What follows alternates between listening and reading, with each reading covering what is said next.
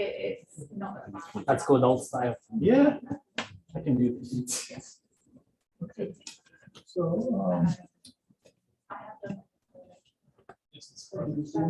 maybe I should begin with It's more we now what's have going on here. measure. But we need to find out whether people can hear this if they're on Zoom. Basically. Well, that's right. Yeah, why don't you just go over there and ask? We would have about 25%. Hi, people on Zoom, can you hear us? They're probably muted, so that's.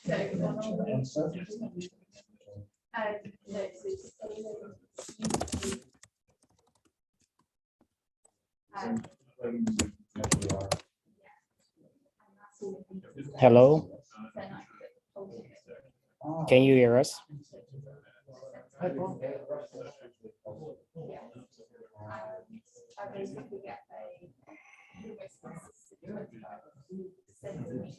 Good, I say yes.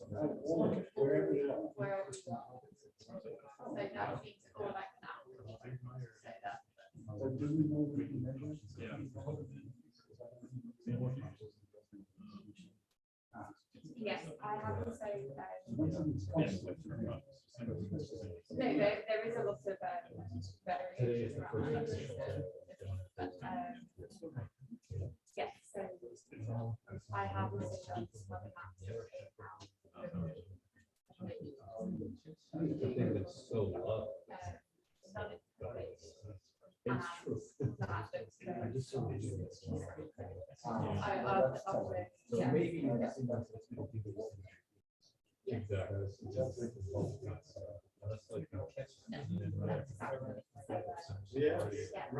We're probably a minute or two late as usual, but Yeah, we'll wait. so why don't you just? Yeah.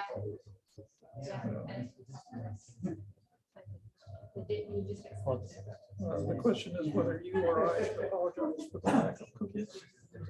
So I will do that, obviously. There are some technical glitches, but it appears to be okay.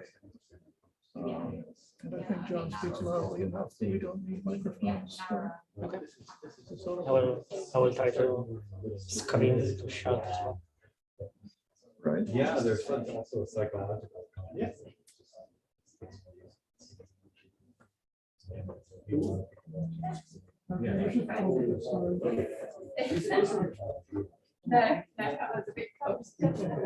Good afternoon, everyone. My name is John Raymond. I'm one of the organizers, and I have to apologize for the lack of coffee and cookies here in Phillips Auditorium.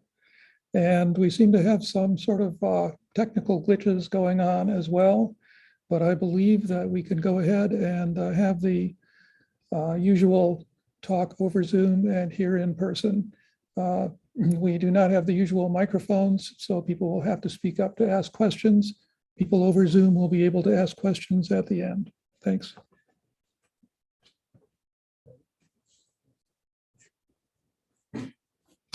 All right, so today is my privilege to introduce John Miller from the University of Michigan. John is widely known for his studies on compact objects, such as black holes and neutron stars, aimed at understanding their basic properties and how gas falls onto and is ejected from them. Among his most widely known results, John proposed using the width of X-ray spectral lines to measure the spin of stellar mass black holes. And this was the first and now widely adopted technique that could assess the spin independent of a black hole's mass, distance, and orientation. So after obtaining his PhD at the MIT, he was the NSF postdoctoral fellow at the CFA from 2002 to 2005, with our Arvi Tannenbaum and John Raymond acting as important mentors. And John was also the chair of the Chandra's User Committee for 5 years, and he recently chaired the Chandra Time Domain Working Group.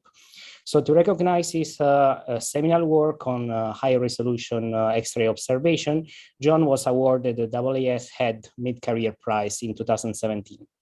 So John told me that his PhD thesis was supposed to be on Astro E, but the probe had to be destroyed during launch because it veered off course.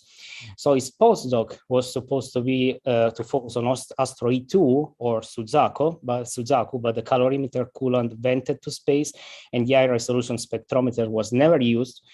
Then he was chair of the US Science Working Group for Itomi, which broke up in the spring of 2016. And now he's involved with Prism. So best of luck with that.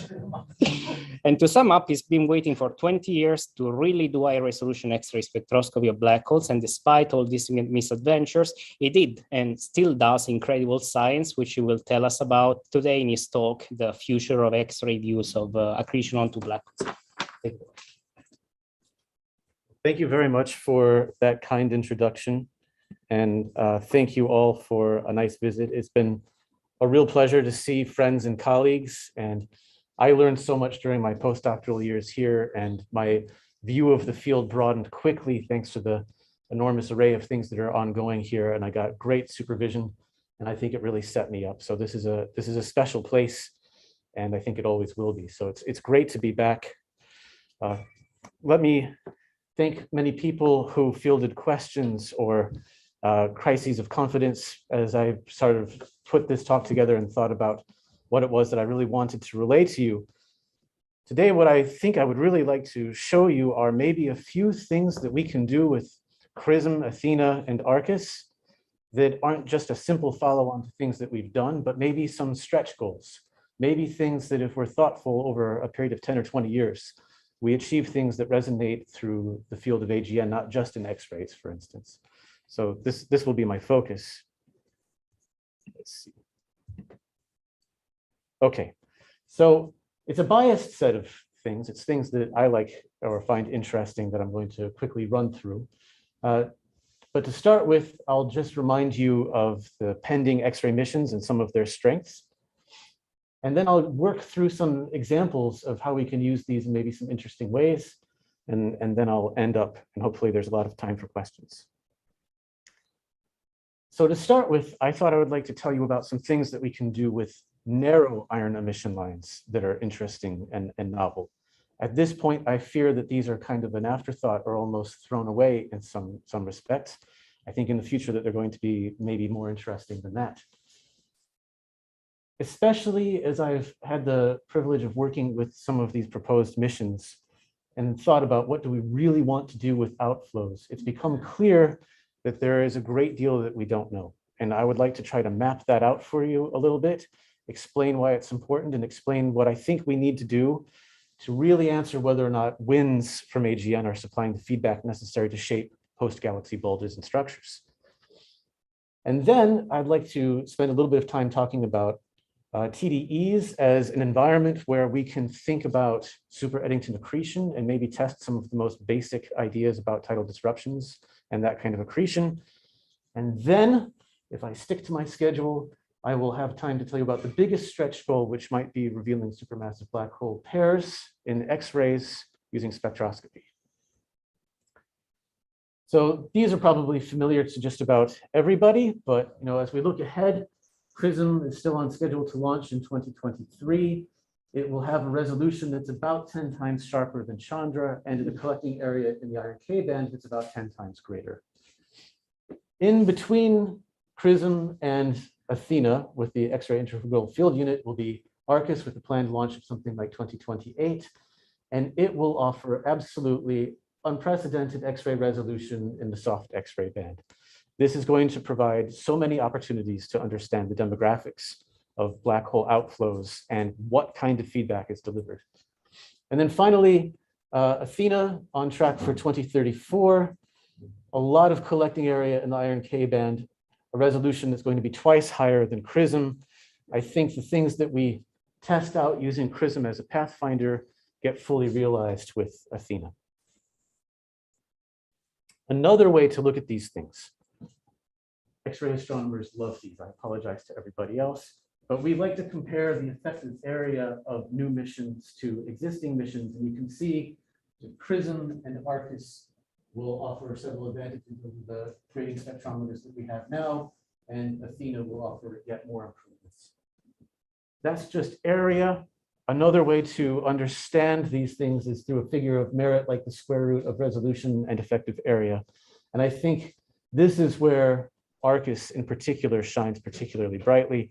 And you can see the tremendous advantage in sensitivity that Arcus is going to offer over the longer wavelengths compared to existing spectrometers. So let me start by pointing out some things about the accretion flow geometry and where I think Prism, Arcus, and Athena can make some differences. This cartoon is familiar to everybody, and I think lots of people have the same dim view of this cartoon. So I'm sorry to be showing it again, but it is kind of a useful starting point. The idea, of course, is that at a great distance from the black hole, there is a torus that offers some obscuration, and closer in, there's different kinds of clouds. And those that are closer to the black hole and may be dominated by Keplerian motions and photoionized packets of gas constitute the optical broadline region. And those give you, not surprisingly, broad lines. And when you monitor the response of these lines to changes in the ionizing continuum, you can potentially work out a delay time. And if you take the width of these lines to be dominated by Keplerian motion, got a distance in units of gm over c squared. The delay breaks that down for you so that you can work out the mass of the black hole. And this is just broadline reverberation mapping as it's been spelled out for a long time. The factor in front, F, is kind of a geometric correction factor that comes from comparing the masses that you get this way to the masses that you get from direct primary methods, where you can actually start to map the velocity of stars and gas that are close by. So that's the broadline region. And as we step out, the next thing that catches your eye is this torus. And I think, the idea of the torus is that it's large, it's distant, it's not involved in the central accretion flow. If you ask a lot of people, they would say it's sort of parsec scale. For a black hole mass of 10 million, that's something like 2 million gm over c squared.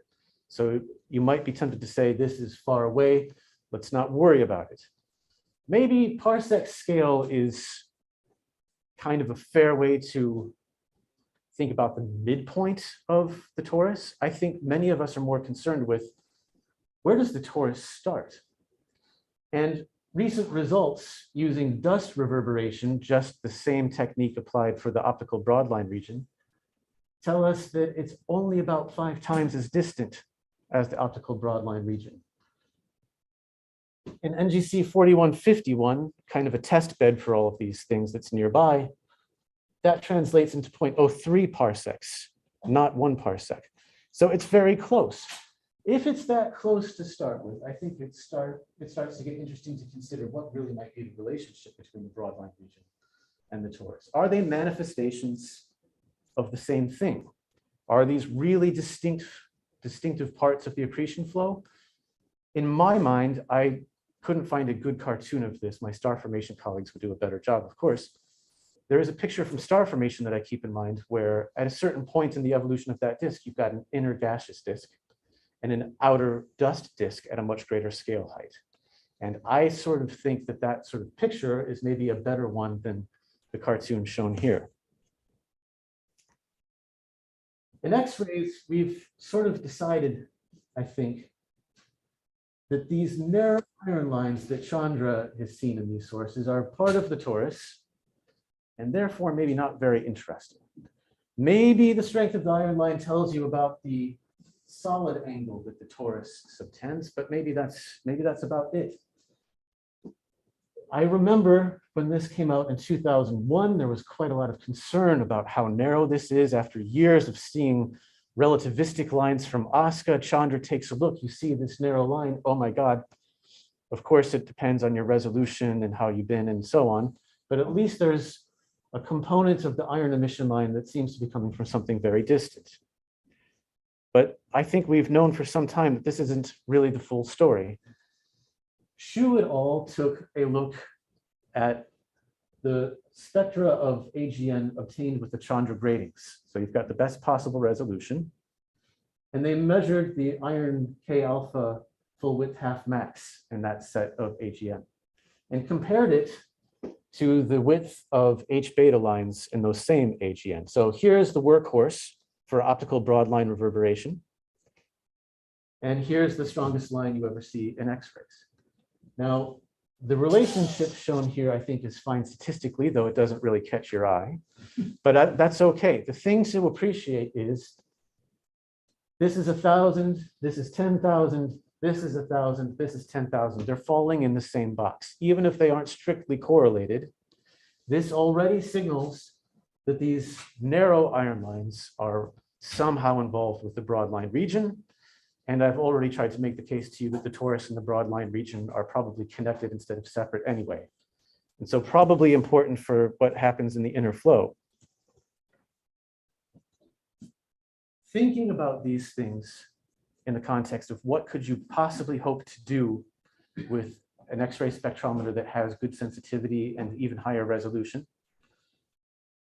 Some colleagues and I stacked the existing Chandra data on NGC 4051, having done the calculation that if this stuff is really sitting out at about 1,000 GM over C squared, what are the general relativistic sort of imprints at that radius? And they're small, but they're not zero. So we thought we should take a look. So we stacked the data, and this is a symmetric Gaussian model for the iron line in NGC 4151, and you can see it's skewed to the red. If you fit a relativistic disk line model to this, granted these things are usually the models that extend down to about 4 kV over here, but the physics is the same at 1,000 radii as at 1 or 2.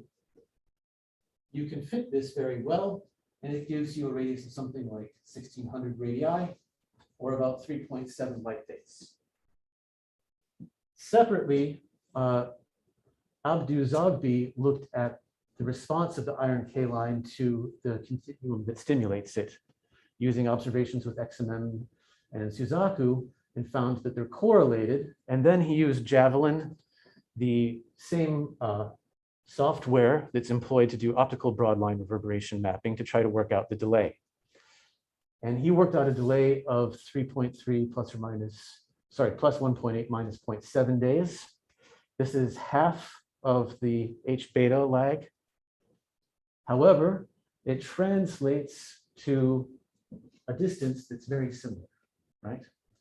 It seems like there is X-ray structure at the broadline region, or maybe slightly closer to the black hole than that. It's just a hint. The sensitivity that you need to do this is not available in many sources. There's a reason that we tried it with NGC 4151. But let's say that that's right. There's a chance it's not, but let's say that it's right.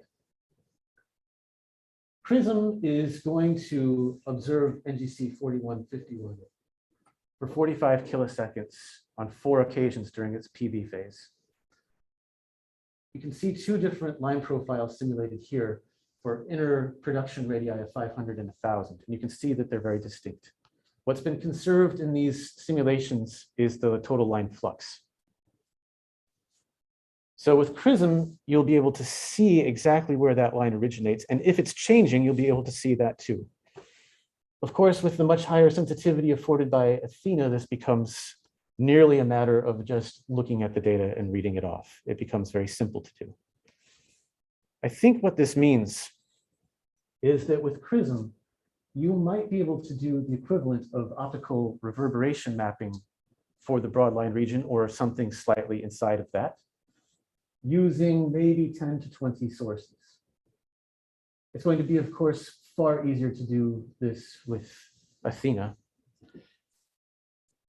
I think maybe what this sets you up to do is eventually use an iron K line, a narrow iron K line width, as a single epoch, single line proxy for black hole mass.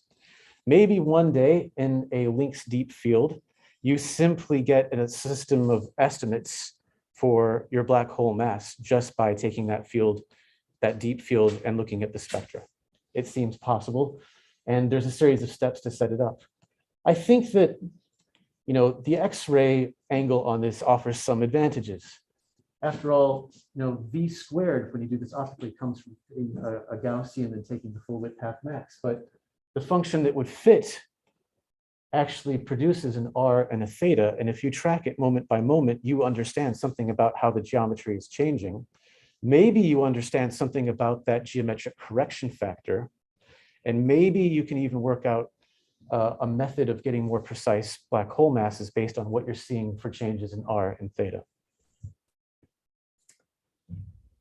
Now, moving a little bit closer in,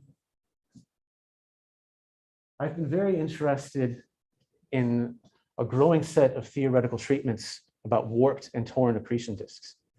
I think when I first saw these, I wasn't exactly sure what to think. They've grown in number. Different methods produce broadly the same results. It seems like these are becoming a very robust prediction. And when we think about black hole fueling, I think this has direct consequences. That cartoon I showed you with the Taurus in the Broadline region, it immediately connects in your brain that accretion only happens through the plane defined by the black hole spin. So no problem, right? But of course, we know that's unlikely. And packets of gas from a merger might come in at odd angles. Maybe they come in a way that's actually counter to the spin of the black hole. In any case, it's possible that the accretion flow is going to be misaligned with the spin vector of the black hole, and what happens then? These are not necessarily the definitive simulations, but I think it's a very interesting paper by Chris Nixon and the one that got many people to take notice.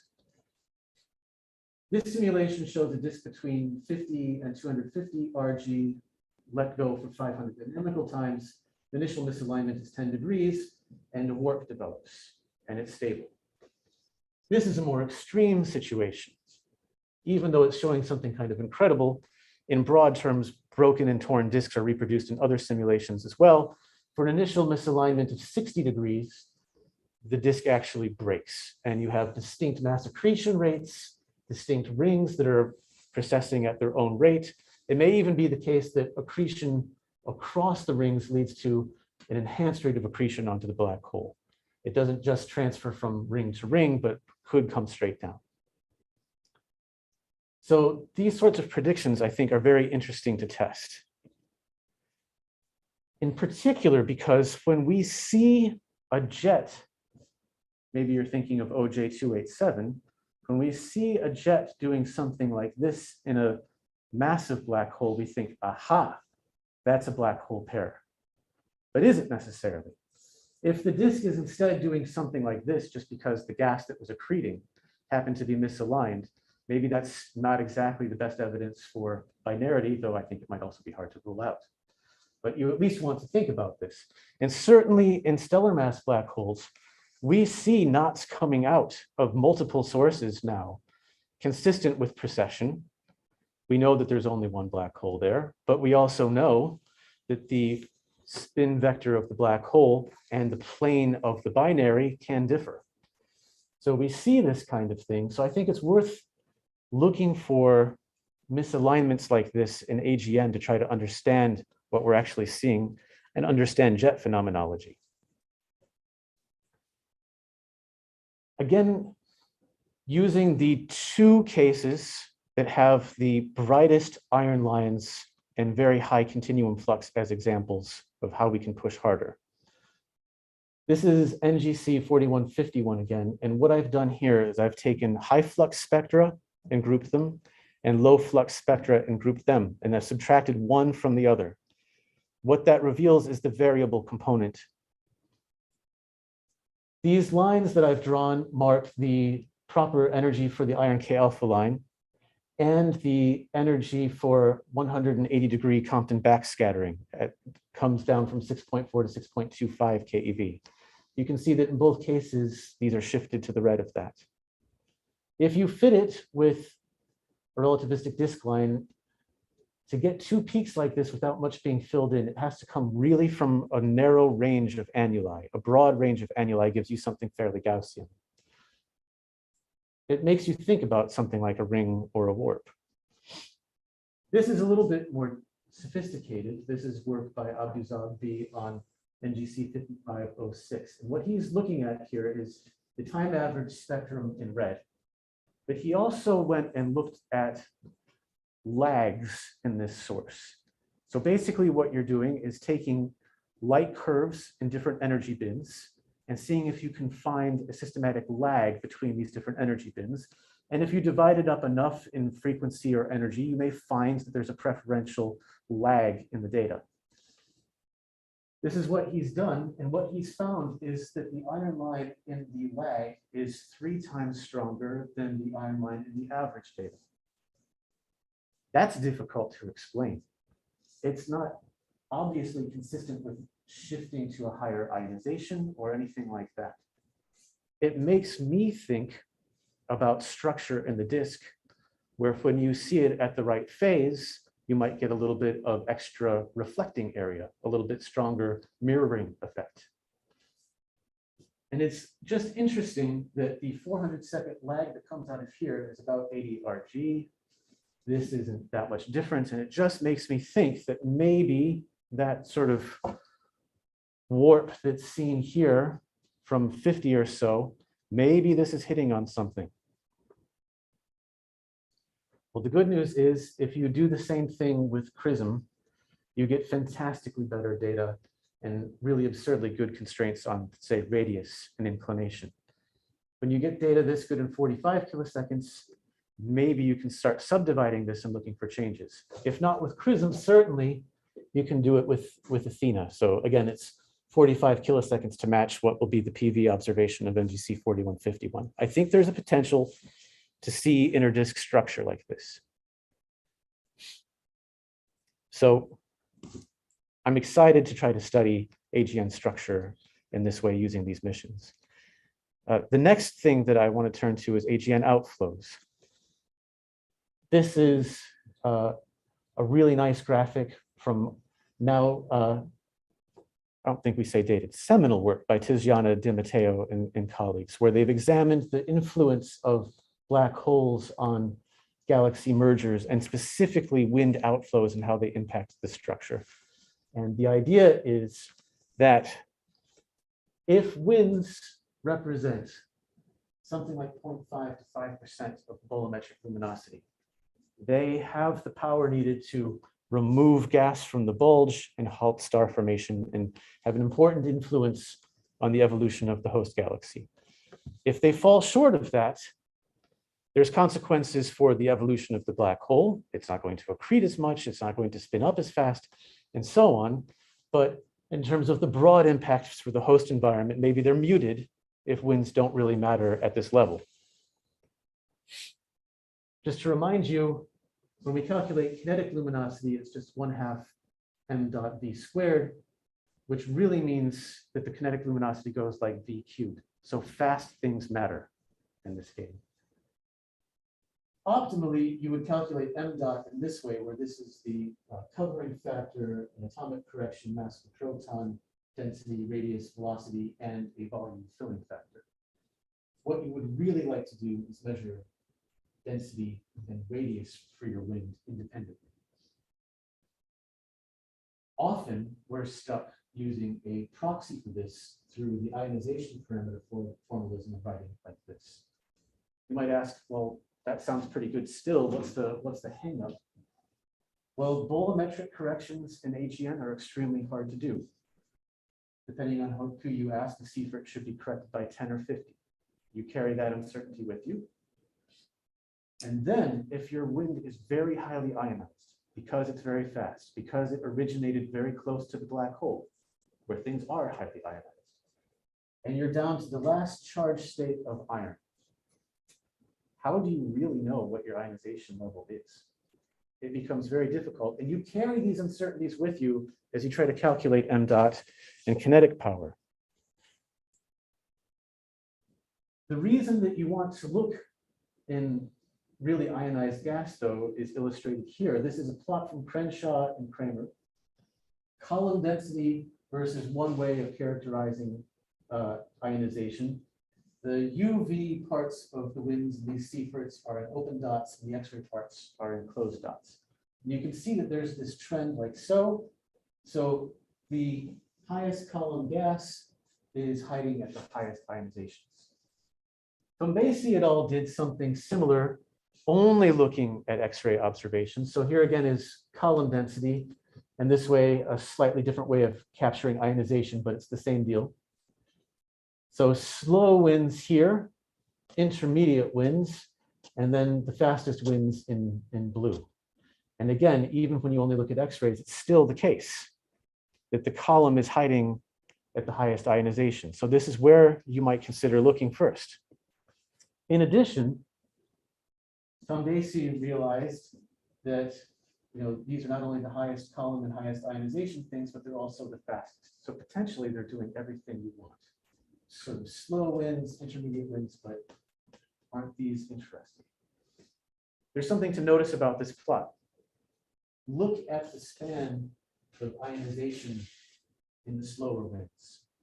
There's a huge range. They could be coming from a large range of radii. They may not be driven by the same mechanisms. We need to sort of figure that out. But also look at the errors on, say, the ionization in these ultra-fast outflows. And remember that the m dot equation has luminosity divided by this, so one uncertain thing divided by a very uncertain thing. And that impacts the total kinetic power that comes out. So we've got to try to sort it through. Moreover, this plot and this plot are each based on about 10 sources.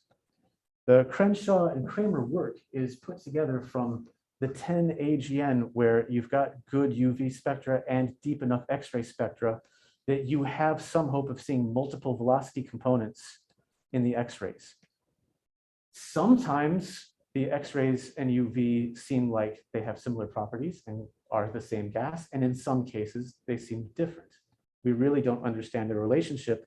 Maybe not a surprise if you only have 10 sources wherein to try to sort this through.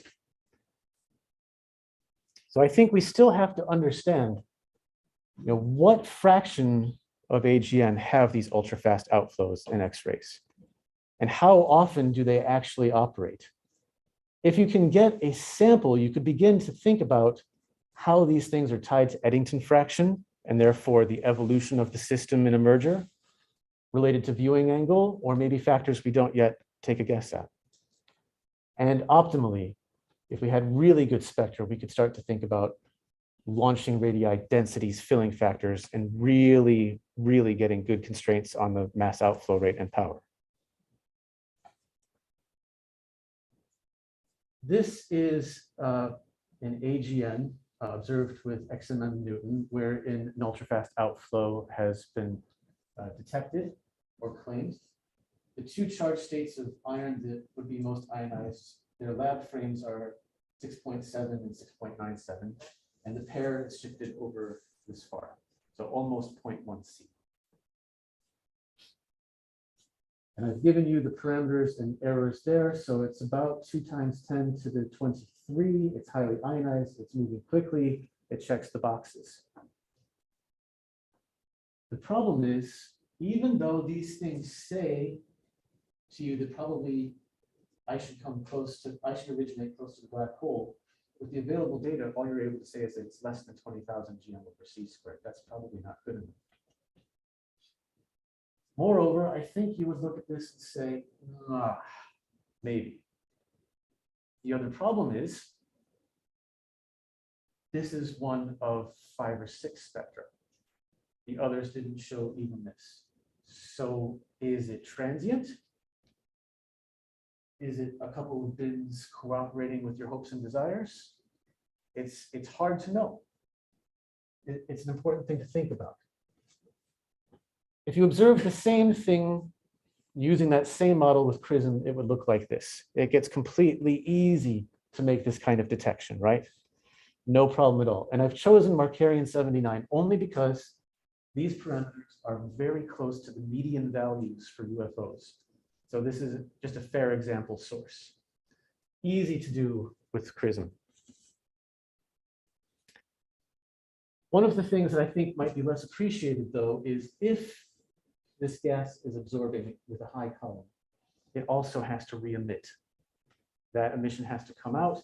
And if it's originating close to the black hole, and has all of its Keplerian velocity, it's going to be broadened. So you expect some broadened re-emission. For the sake of illustration here, I've assumed that the emission is only 10% of the absorption. That's completely arbitrary, but it's just to start the argument. If you can detect things like this, you can find maybe the launching radius of the wind, and then you work out the density by the ionization parameter formalism, and you're on your way to mass outflow rates and kinetic power. If you were to do this with Athena, it gets extraordinarily simple. You get fantastic iron K shell lines, but you also get iron L shell lines. So these can confirm what you're seeing in the iron K band. So there's additional opportunities to find UFOs when it comes to Athena. So what could we do over, say, a 10-year mission? Well, there's maybe 300 AGN with a flux above 10 to the minus 11. That's sort of where you need to be to obtain spectra that you can hope to get sensible constraints from. And if you observed each one of them for 100 to 200 kiloseconds, you're looking at a minimum of 30 megaseconds of exposure, which is an awful lot. But, 3 megaseconds a year for 10 years would get you there. But we've just discussed that some of these things are transient. Maybe some of them are a little bit wishful. So maybe what would be better is to observe a set of 100 several times each to try to understand the duty cycle. And if you chose all of those very carefully so that you span the range of mass and Eddington fraction and so on, you could really understand the evolution of these winds this way. In practice, I think it's more likely that something even smaller can be achieved. So maybe 30 AGN can be monitored so that you really work out the duty cycle. And that means that I think you have to be very careful about how you choose your sources and make sure that you get a range in mass and Eddington fraction. Or these experiments won't tell the broader community what it wants to know about whether or not these things matter. So somehow we're going to have to find a way to do that. Of course, with Athena, this gets very easy. You can do all 300 with Athena, no problem. You can get an order of magnitude lower fluxes. There's 3,000 AGN with a flux in excess of 10 to the minus 12. But if you go to a lower flux, you again come back to the long exposures and you face the same problem. And it again means that when you choose within that flux window, you need to really think about filling out the black hole mass and Eddington fraction space. So I hope that that's something that as a community we can decide to do. Now, I focused on the fast flows, but it's possible that the slower ones are actually doing the work. And it's interesting to consider what they might do for us. This is a simulated Arcus spectrum of NGC 5548. Arcus is shown here in red, the Chandra gratings in mustard, and the XMM gratings in sort of blue here. This is a 10 kilosecond Arcus exposure. In 10 kiloseconds, you can detect all 6 velocity components that were detected in about a megasecond with XMM. And the AGN broad survey that Arcus will undertake will observe 100 AGN to equal sensitivity. So not equal exposure times, but equal sensitivity. Finally helping you to understand the demographics of winds like this. You can, a simple question is NGC 5548 richer than every other source? Or is it typical and you simply don't know the answer because you don't have the signal in the other cases? I can't answer that question for you right now. But with the broad survey that Arcus would undertake, you would know the answer to that question. I had also mentioned to you that in some cases, we see a correspondence between UV outflows and X-ray flows, and in some cases, we do not. I think Arcus will make this really easy for us. This shows an HST spectrum of oxygen 6 with these different components. These are oxygen 7 lines simulated Arcus spectra, but these are not the first lines. This is the helium gamma and the carbon gamma. So the point is that the first lines in the series are going to be saturated. You're not going to understand the velocity structure of those lines. Arcus has so much sensitivity that in certain lines, you can go to higher order lines in the sequence and recover this velocity information and make useful comparisons to UV and really understand which parts of these flows are co-spatial and which are definitely not. So I look forward to that too. And finally, I think in some ways maybe most exciting to all, but maybe this is really nerdy spectroscopy, is the ability to measure densities directly in absorption. People who like emission-line spectra have been at a tremendous advantage in this regard for a long time. We've wanted to do this sort of thing in absorption. This is a really helpful plot put together by Junji Mao and Gila Castra, and it's showing you log of density in units of meters per in units of cubic meters, and ionization. This is cast in units that put it, these numbers would be equivalent to the CGS units. And it's showing you which boron-like and carbon-like states of these different elements will be density sensitive in different windows. Where we expect to see things in a source like NGC 5548 with Arcus is here. So it's, believe it or not, sulfur. We can see density sensitive lines, sulfur lines from intermediate charge states with Arcus and work out the density of the gas and therefore the launching radius and therefore the m dot and therefore the kinetic power. In this particular simulation, a density of 1 × 10⁻⁻10 centimeters is assumed, and the error is just 20%. And this is a long exposure. It's 400 kiloseconds simulated.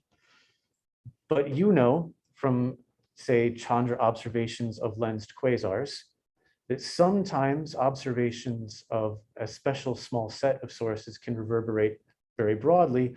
And I think that that's what this AGN deep survey with Arcus would do. And I would urge you to look at this simulated Athena spectrum. Yes, it's actually a simulation produced with as much pain and effort as this one. It's just the case that the resolution of Athena in this particular wavelength band is completely unsuited to the task. So if you really want to sort out the slower winds, Arcus is the place to do it.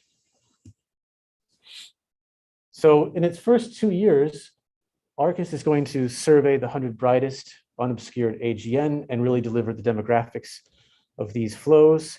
It will also look at the 7 brightest with extremely deep stares and work out things like density, radius, outflow rate. I hope, and I think there's a good reason to expect that if you really understand all the physical processes in these 7, which are drawn from the same mass distribution and Eddington fraction distribution as the broad survey, that you can apply the lessons from this to the much larger set and hope to know something about the larger set. In over 10 years, maybe something like 500 AGN could be surveyed in this way. And that starts to be a really, I think, helpful and meaningful number for the rest of the field.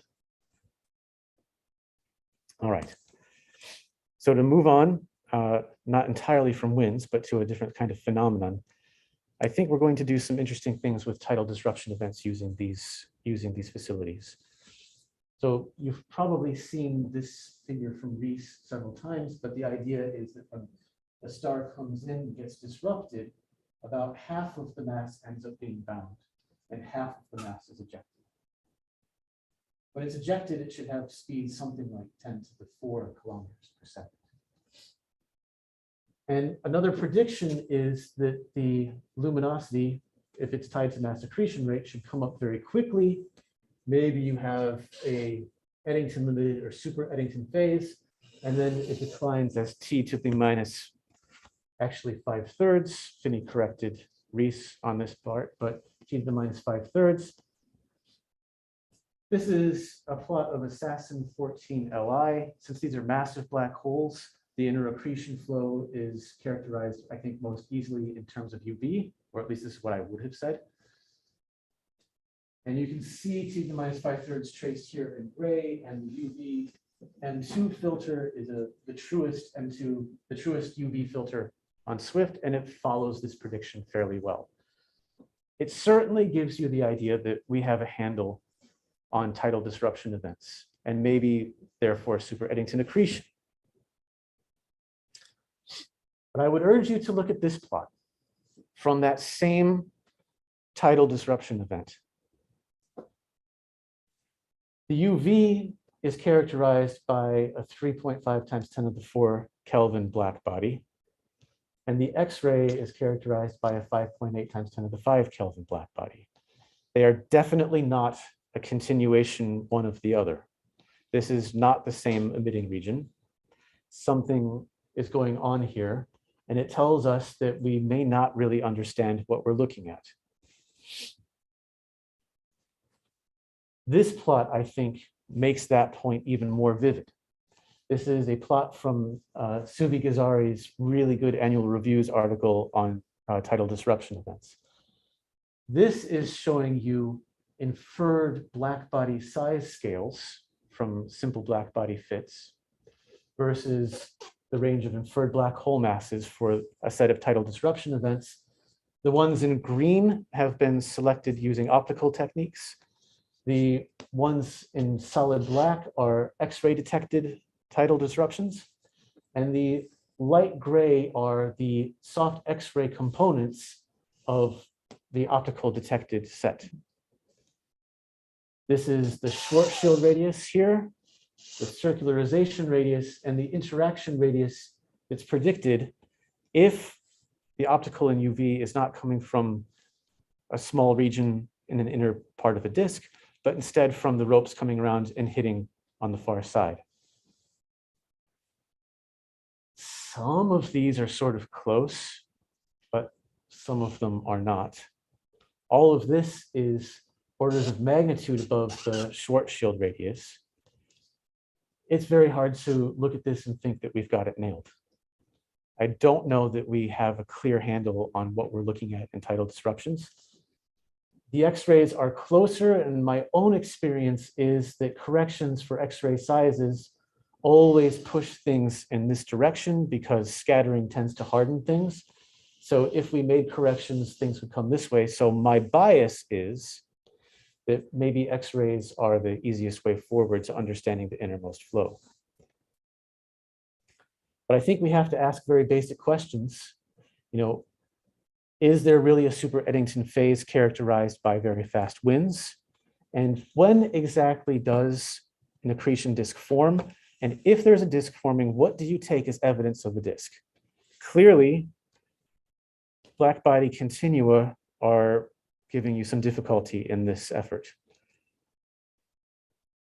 Well, the one case is the one I showed you, Assassin 14 Li, that has a slow wind in it. And it's very much like a slow Seifert wind. When we do the numbers for this, we come up, the launching radius should maybe be something like 10 to the 4 radii. That's an upper limit. And the density seems a little higher than a broadline region, but not very much. So it sort of seems consistent. But we do expect there to be ultrafast outflows if there is super Eddington accretion. We expect that somehow the light and the gas are connecting. This is a simulation of an Athena spectrum of the same source. I've used the same model, and I've put in an ultrafast outflow that is not rejected by the current XMM and Chandra data. It's allowed within the wiggle. Chandra and XMM are missing features this strong in the current data. But more than that, I've simulated a TDE that's an order of magnitude fainter than the one case where we've got a decent spectrum. And the reason for doing that is that the Einstein probe that the Chinese Space Agency expects to launch in the next few years predicts a rate of 30 to 100 TDEs per year at this flux level. So instead of waiting 5 years to see a TDE that has a flux well above 10 to the 11 and compares favorably to Seyfert's, going forward with the Einstein probe, we should be able to see 30 to 100 cases above this flux level, and this is what Athena would see. If there is an ultrafast outflow because of super Eddington accretion, it would be very easy to detect it. The same thing is true of Arcus. Of course, the outflow is here and here. Or if I zoom in a little bit, it looks like this. So the data are not quite as high signal to noise as Athena, but I think that there's reasons for using Arcus beyond this that have to do with longer wavelength coverage that make this very compelling. But when it comes to seeing a disk and the continua being difficult in this regard, I think the natural thing to do is to borrow technology again from AGN and look for relativistic disk lines. This would be a combination of oxygen 7 and oxygen 8. And in constructing this simulation, I've again assumed this flux that's going to be typical for the triggers from the Einstein probe. And I've included a self-consistent reflection spectrum that the current data allow for. So this is within the noise of the current data. And for a reasonable set of parameters, you get a beautiful disk line out that will deliver you a radius for optically thick reflecting material that you could safely say is the accretion disk. So with Athena, it becomes very easy. You can also do this with Arcus, but it's a little bit tougher. Again, Arcus is really built for high resolution, not for broad features like this, but it's still easily possible. So I think that, in this era where we could get 30 to 100 triggers and get down to a lower flux level, we will answer the question of, do we confirm a basic prediction of super Eddington accretion? And maybe we can even begin to study the evolution of the flow with the mass accretion rate and Eddington fraction in a way that's really unavailable to us in Seyfert's and other AGN. And I think that that's tremendously appealing. So I think this kind of serves to put UFOs to work in a way. Right now, they're interesting, and we can follow them and maybe get one good shot in X-rays. But I think if we follow them, we stand to learn a lot more about these events and about the class of AGN as a whole. So I'm afraid that I have gone a little slower than I had planned, and I would love to tell you about this. But maybe what I'll just show you is this slide. If you have a total black hole mass of something like 10 to the 8, and you have a small ratio of the masses, and you imagine that therefore the center of mass is closer to the larger black hole, and the smaller black hole is closer to a reservoir of gas and accretes more strongly. So basically, you've got a single line spectroscopic binary. So one broad line region set against a background of a narrow line region. You would expect a period of something like 300 years. And you might expect a velocity shift of something like 1,000 kilometers per second. And to test whether or not it's a binary, you need to be able to see an acceleration of something like 20 kilometers per second per year. And you would like to see that over a 10 or 20-year baseline. With Prism, you could do that. You can see that this is clearly shifted off of its expected value of 6.4. So you can do this with a narrow iron line. This kind of error means that you'll need to make many observations and see a trend. It's a little bit better with Athena. You again see that it's shifted, and the error still is going to require a lot of monitoring, but it's at least possible. And so in situations like this, and you see 6240, where you don't have another option to hunt down whether or not there's a black hole binary embedded here, X-rays and Athena, maybe even Prism, can really be, I think, a saving grace. In this particular case, excellent work by Camosa a long time ago, and more recently by Fabiano et al. Have shown that there's these two massive black holes, in this case separated by 800 parsecs. But in diving through the literature and asking the experts, what I've come to appreciate is that there's no clear mapping between AGN phase and the evolution of the merger.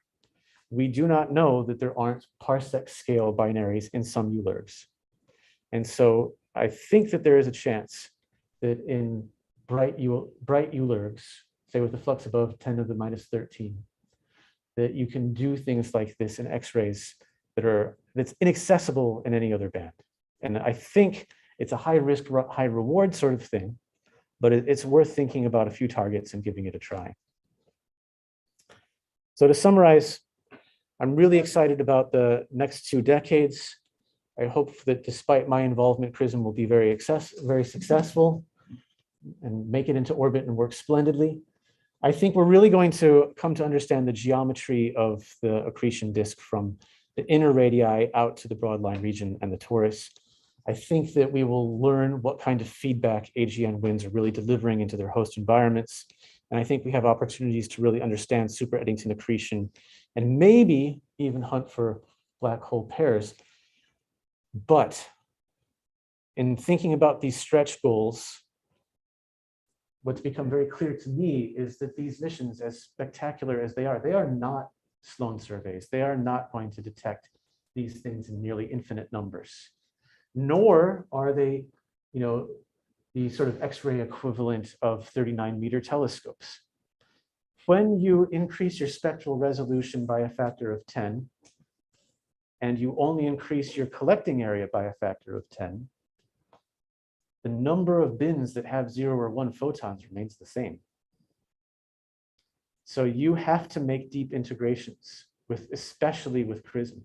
You have to choose your targets very carefully to answer problems that matter to the rest of the field. And I think you have to sort of think about some kind of programmatic strategy that will encourage people to map out a mass space and an Eddington fraction space instead of just firing away at favorite targets that may not map that out. I think that the optical radio submillimeter communities all would like us to do this in a way that matters to them and connects with the observations that they're making. So I'm not exactly sure how to achieve a sort of programmatic strategy like this. Maybe proposal review by science theme instead of target class. Maybe mission-led updates on progress of filling out certain parameter spaces. I don't know. We have the luxury of time to think about some of these things though. So that's all, and thank you very much.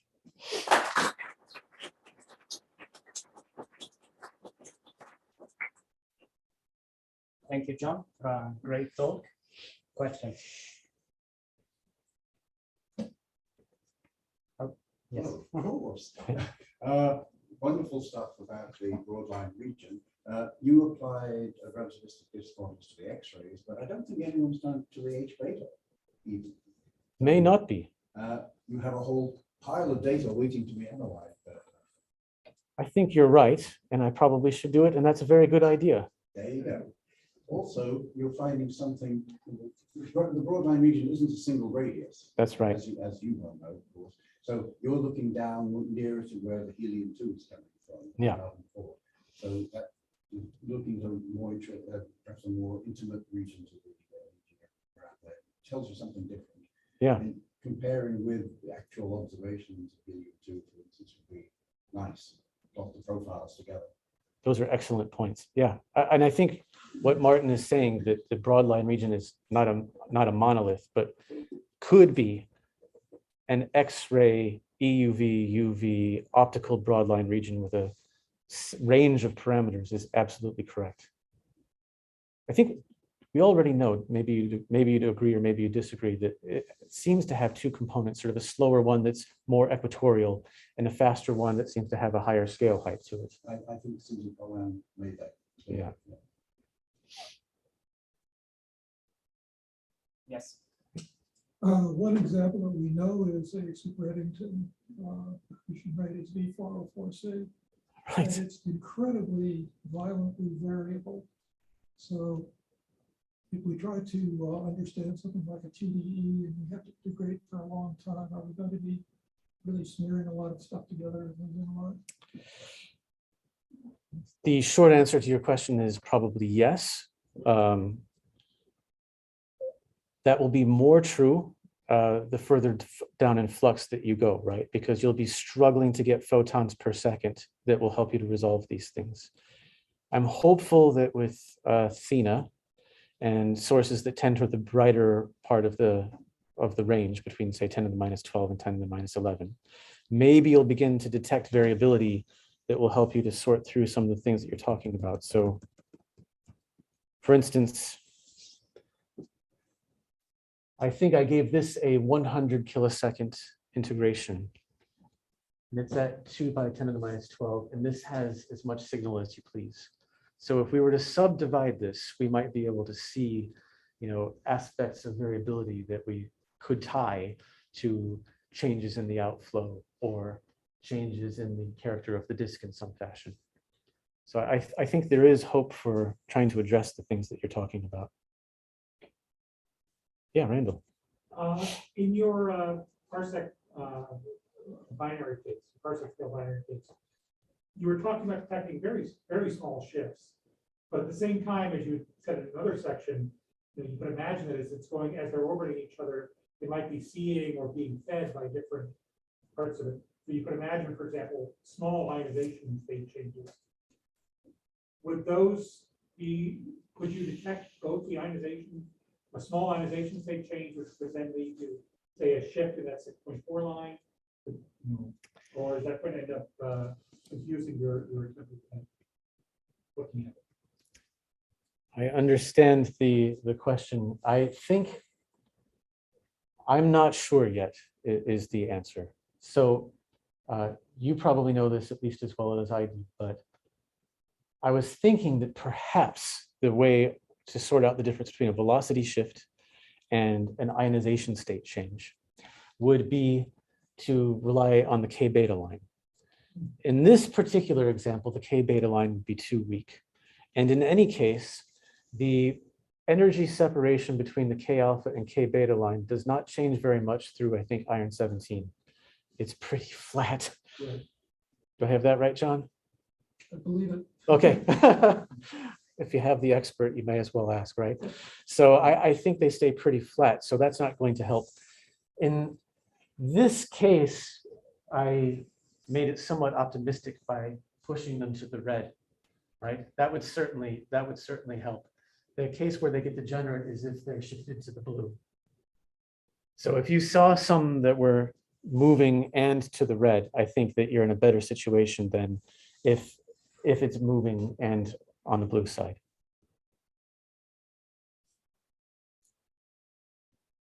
Last question for John.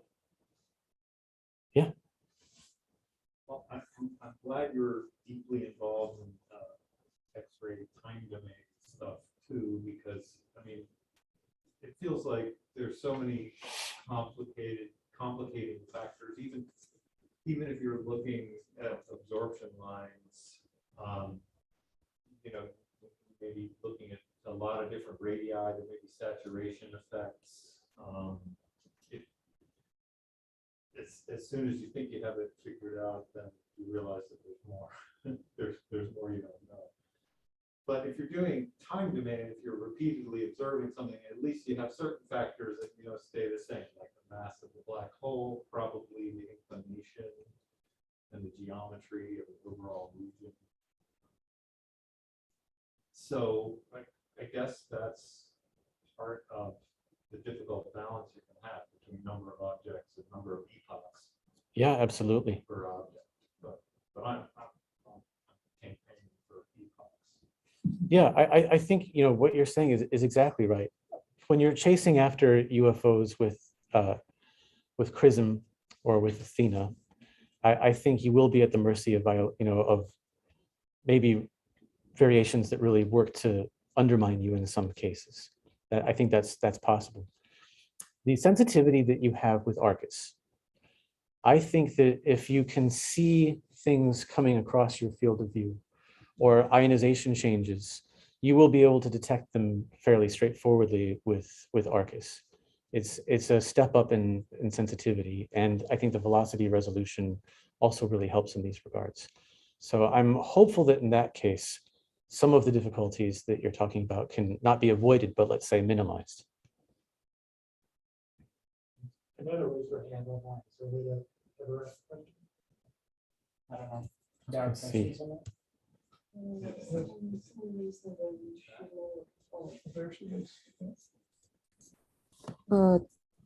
Do you want to just unmute yourself and ask the question? Hello? Do you want to just unmute yourself and ask the question? Hello? There is a delay, but hi, John. This is Aneta, and very nice data and the ideas. I'm just wondering about the detectability of these lines in the spectra, which come from different region than separated in Chandra. So your point spread function is not the same. So you get the impact from the other components coming in. So you will have background, and in your simulations you have a perfect situation. So I'm just wondering about detectability, and it's probably related to what Paul was saying, that there are effects which are time domain and expected, which you can probably understand and detect in a better way than unexpected signals. So, I mean, it's interesting, and we are looking forward to see this high resolution GRIMS data, because this will probably give us some test, but thinking about the methodology would be good. And I know you understand that difficulty. Yeah. So I'm just waiting to. Okay. Can you mute it?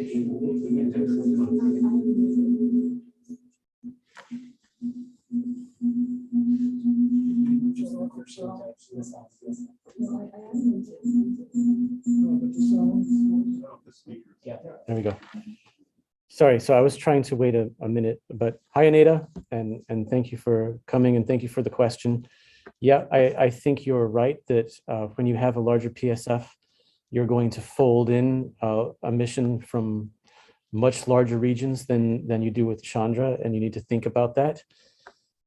Maybe part of the saving grace will be that we have really excellent imaging with Chandra in the archive, and we can model that and understand the contribution to the spectra that we obtain with Prism and with Arcus and with Athena, and what part of that might be constant line flux that comes from much larger regions. And if anybody happened to see a Chandra proposal in a review that was aiming to do exactly such a thing, probably that would be a really good thing to look at.